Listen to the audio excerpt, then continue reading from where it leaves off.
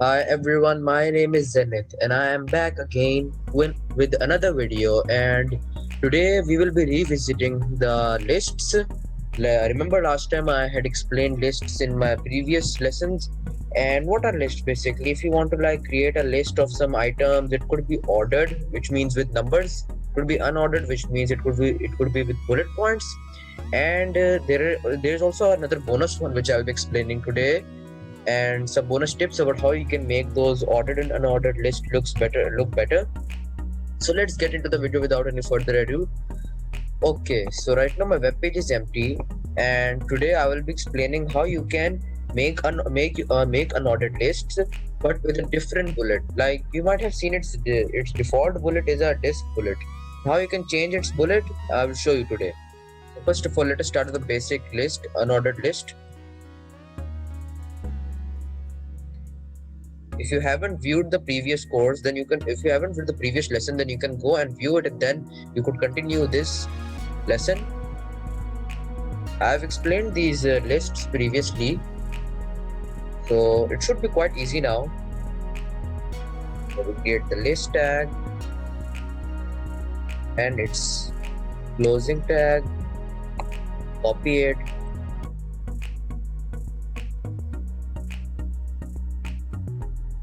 okay, so here's my basic unordered list.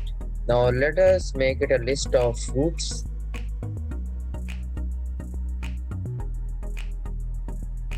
Apple, banana, orange, and uh, what else can we add? Apple, banana, orange. Okay, let's add kiwi. So right now I'm going to save it,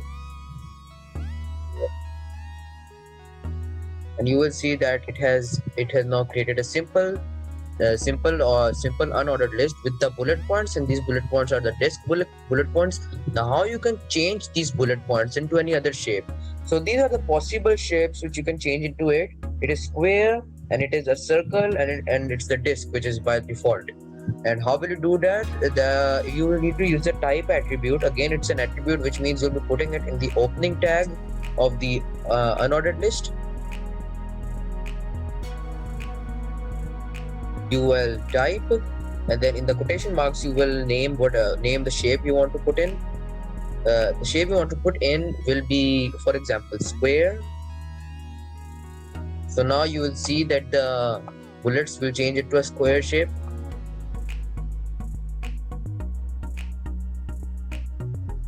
And look, they change into a square shape. Personally, I kind of like the square shapes, and the possibility of a web page or HTML to do this, it's quite amazing. So let's move on. So it has now changed to square. Now let us see if we change it to a circle. I'm not quite sure if it will be changing it back to a disk. It will be an actual circle. Let us check. So yes, they actually changed it to the disk form, but this time they're only the outline of the circle. They're just like the disk, but they have outline instead of any color in it, the black color. So that's what I had to explain for the unordered list. Now let us go for the ordered list. In ordered list, definitely there are no shapes, there are numbers. So the possibilities for those ones are quite good. I'm going to explain right now. You can just go and just switch the ordered list with the unordered list with the ordered lists, and I'm going to check. So as you can see, I have still put that type attribute in it, but it has not changed anything. Now how you can change these numbers? For example, you want the numerals instead of the numbers. For that, you will put instead of the circle. Now there are possibilities for this one, and there are 4 possibilities for this. The possibility is the numbers, then there are the uppercase numerals, then there are the lowercase numerals, and there are those ABCDs, like you can name them with A this, B this, C this.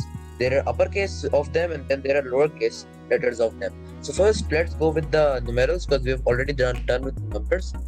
Now if you want to do the numbers, you just type in number 1, which we have already done, and by default it sets it by numbers. Now if you want to put numerals, you will type in capital I, which will be giving us capital numerals. Let's check. And it changed to numerals. I, double I, triple I for numerals. It has not changed. Now what if you want to make these numerals lowercase? Making them lowercase, simply just type in the lowercase I,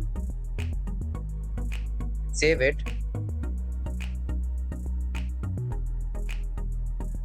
and voila, it has now changed it to the lowercase letters. Okay, so now if you want to change it to the letters, if you want to change it to numbering it the letters, so first go, so you can do that. First let's go with the capital letters. It will now number it with the letters, but they will be capital, they will be capitalized. And here they have now capitalized letters A, B, C, D, but they are capitalized. Now how you want to create them in the lowercase is by simply typing in a lowercase a, and that's it. That's it. All you have to do is that simple. A, B, C, D, they are now in lowercase. So as I had explained, for numbers you need to put number 1. For the capital numerals you need to put I, capital I. For the lowercase, smaller I. And for the alphabets you will put capital A. And for the lowercase alphabets, the smaller a. Okay, so we are now done with the list. Now let's move on to this new kind of list, and it's called a definition list. Now what is a definition list? Definition list is a kind of list which has a term. Each term is then explained. So now for this one we will be using a combination of 3 codes, 3 tags. Okay, so these are the 3 tags you will need to learn for this tag to work. First of all, this is the tag, and this is the first tag, and it is TL. Sorry, just a typing mistake. Okay, so the first tag will be TL.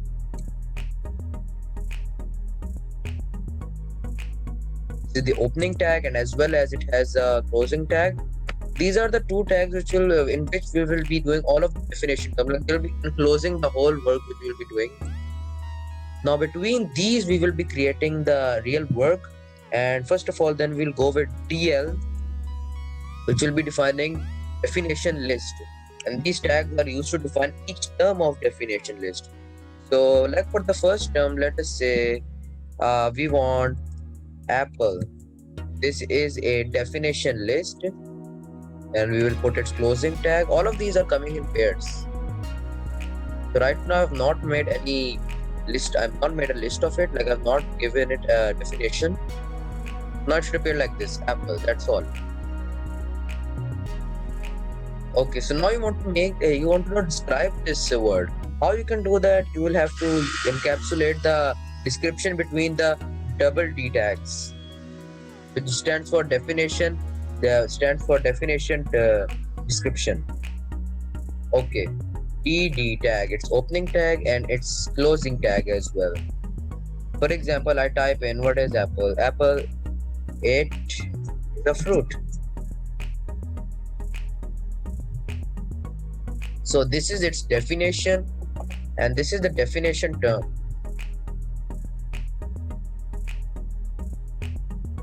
So basically a definition list basically defines each term of the list.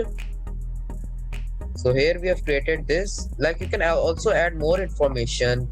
For example, you can add more information. It will appear like this whenever we're writing a definition list, that the definition term will be over here, and its description will be over here with the indentation over here. The web page will automatically place it. Now here's a bonus point. You can make this bold, as I had said, and it quite much looks attractive like that if you make it bold. As I had said, these are the type of styles which you can combine with any other tag.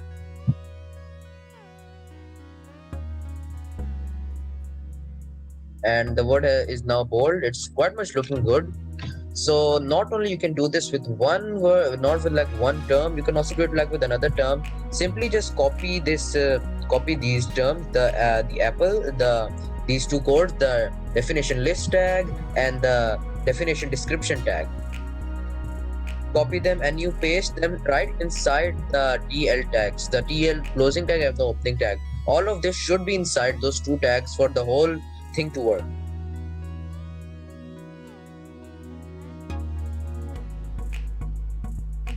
So here right now we mention a name of a vegetable.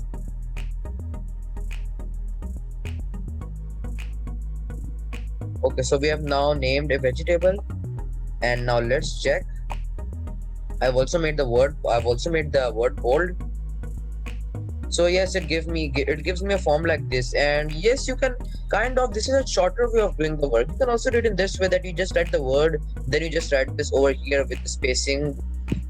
So that's another way. But as I told you, in HTML there are many ways to do many things in it. And yep.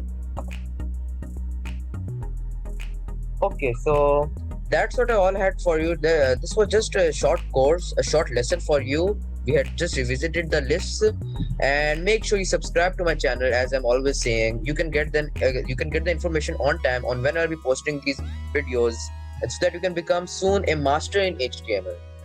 So I'm going to see you soon in another video. Bye.